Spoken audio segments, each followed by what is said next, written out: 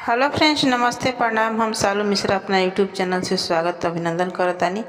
तो आज रउआ लोग के हम सुनाए में ये बड़ा सुंदर बेटे विवाह गीत है। रउआ लोग सुनी, बड़ा सुंदर ये गीत बा। जैसन भी लगी कमेंट में बताएं और ज़्यादा से ज़्यादा शेयर जरूर करें।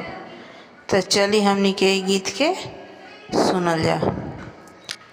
बारी के बारी पापा तुलसी लगावे, आमावा लगावले अकेल।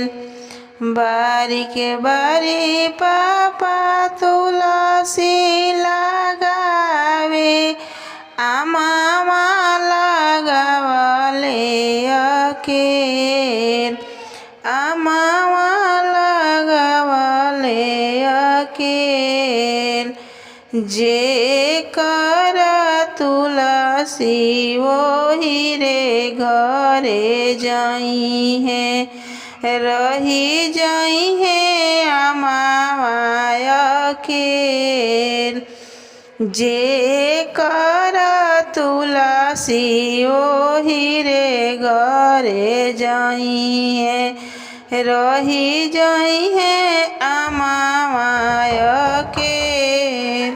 पापा जे बेटी दुलारे के बोलावे, ले ले जांगे बैठाई, ले ले जांगे बैठाई।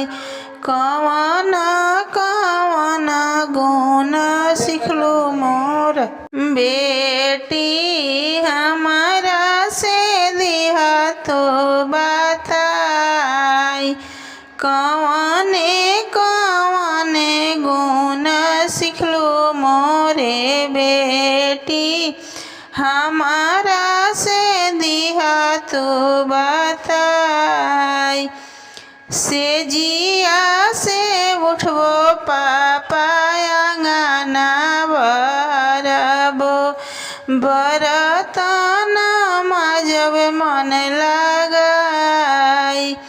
से जिया से उठबो पापा अंगना बरबो, बरतन माजब मन लगाई। बरतन माजब मन लगाई।